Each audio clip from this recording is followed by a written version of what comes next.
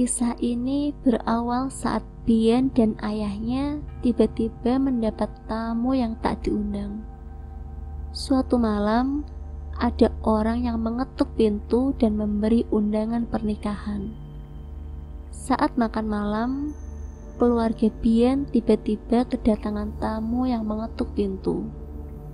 Tanpa dibuka pintunya, ayah Bian menanyakan identitas orang tersebut. Ternyata si tamu ingin mengirimkan undangan pernikahan. Tamu itu bilang kalau undangan tersebut berasal dari Pak Sutiri. Lalu ditaruh undangannya di depan pintu. Ketika dibuka, tidak ada orang sama sekali di sana. Undangan tertulis malam 1 Suro atau tanggal 20 September 2017. Di undangan tersebut, acara berlangsung di daerah Rahtawu yang berada di lereng Gunung Muria Kudus. Acaranya juga malam hari. Untuk itu, Bian dan ayahnya berangkat sebelum maghrib agar tidak kemalaman. Bian pun semangat karena bisa makan-makan enak pas kondangan.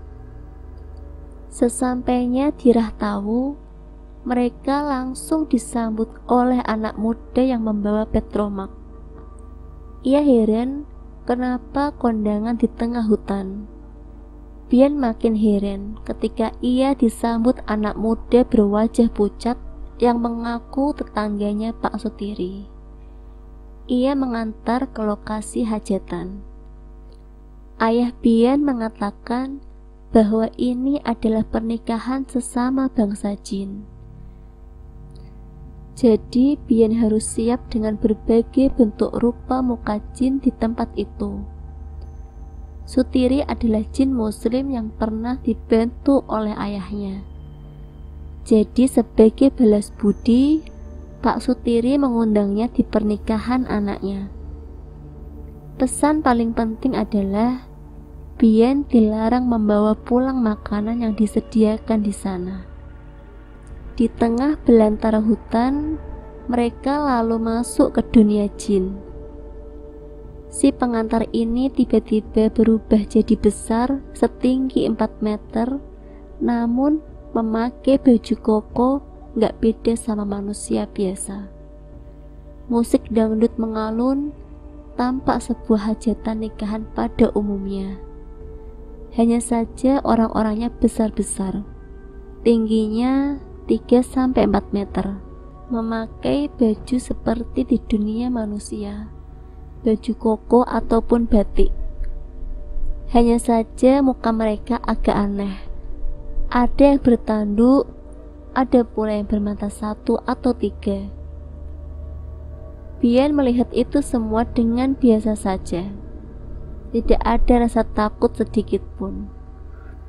Lalu ia makan bersama ayahnya dan Pak Sutiri.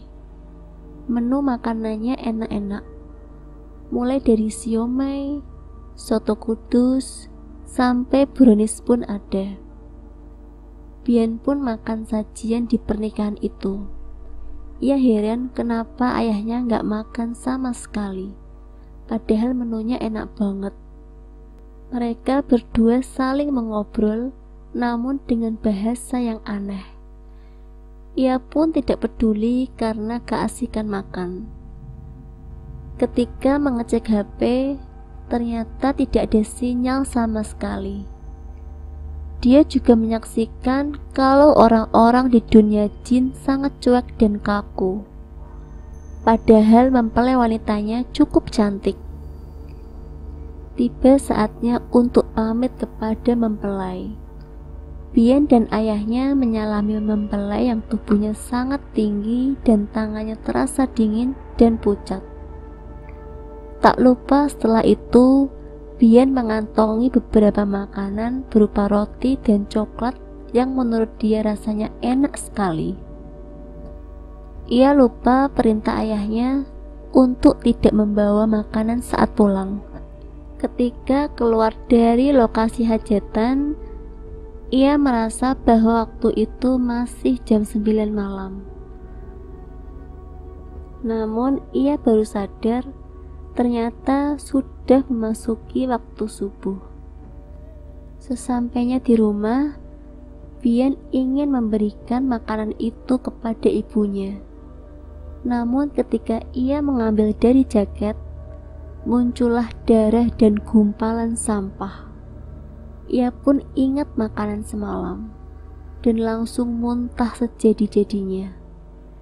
Gara-gara kejadian itu, dia trauma dan tidak makan nasi selama sebulan. Ayahnya pun bilang kalau jin itu memang makanannya dari sampah. Jadi dia suka di tempat-tempat kotor, terutama kumpulan sampah.